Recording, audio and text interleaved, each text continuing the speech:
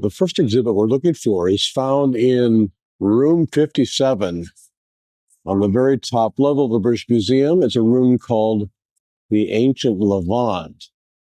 Now, the Ancient Levant room covers quite a broad period of time. You can see it goes from, it says, 7,500 BCE to 332 BCE. However, it does recognize that in this time period, around 1150 BCE, after the Egyptians withdrew from Canaan, in a fairly short period of time, a group of people came in called the Habiru. Now, the Egyptians withdrew, but they were still technically in control. They were the ones to whom an appeal should be made when help was wanted. Help was wanted. And we find the kind of help that was wanted in these small tablets right here called the Amarna letters. Actually, these are only 4. It should be 5. One is missing, of hundreds of Amarna letters written to the pharaohs of Egypt. Here then we are beginning in the 14th century BCE. Do you remember the book of Judges? It's one of the most readable books of the Bible with stories that will make any reader gasp. It might be just one book, but it covers almost 500 years of Israel's history after Moses and Joshua died. Early on, when the Hebrews were taking control of the land, there were some very unhappy Canaanite rulers. Desperate and fearful, they wrote hundreds of letters to Egypt's pharaohs. Why? The 14th century BCE began when the Israelites were in an 80-year period of peace in the aftermath of Ehud, the famous left-handed judge. The biblical account of Ehud helps us understand why Canaanite rulers were so worried.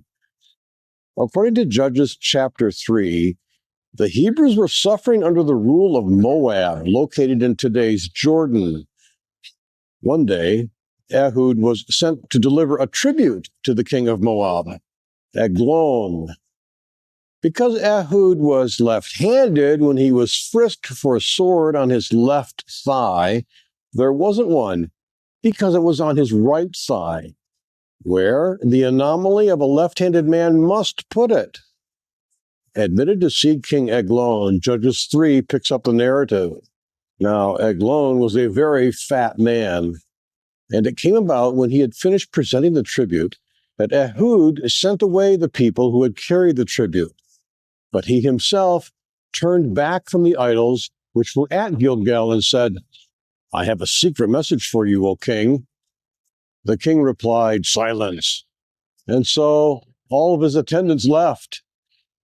Ehud joined the king while he was sitting in his cool roof chamber on his toilet alone. Ehud said, "I have a message from God for you." He got up from his seat, reached out with his left hand, took the sword from his right thigh, and thrust it into Eglon's belly.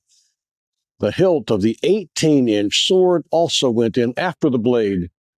Because Ehud did not pull out the sword, Eglon's fat belly closed over the blade, and refuse spilled out.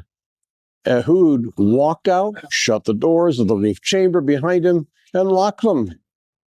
When he had left, the king's servants came and looked, and behold, the doors of the roof chamber, the royal toilet, were locked. They said among themselves, "Undoubtedly he's relieving himself in the cool room." So they waited until it would have been shameful to wait longer, but behold, Eglon did not open the doors of his royal rooftop bathroom. Finally, they took the key, opened the doors, and behold, their master had fallen to the floor, dead.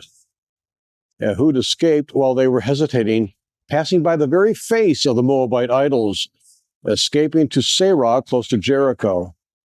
When he arrived, he blew a shofar in the hill country of Ephraim. summoning the sons of Israel who had come down with him from the hill country. Ehud was leading them. He said to them, "Pursue them, for the Lord has handed your enemies, the Moabites, over to you." So they went down after him and took control of the crossing places of the Jordan opposite Moab and did not allow anyone to cross.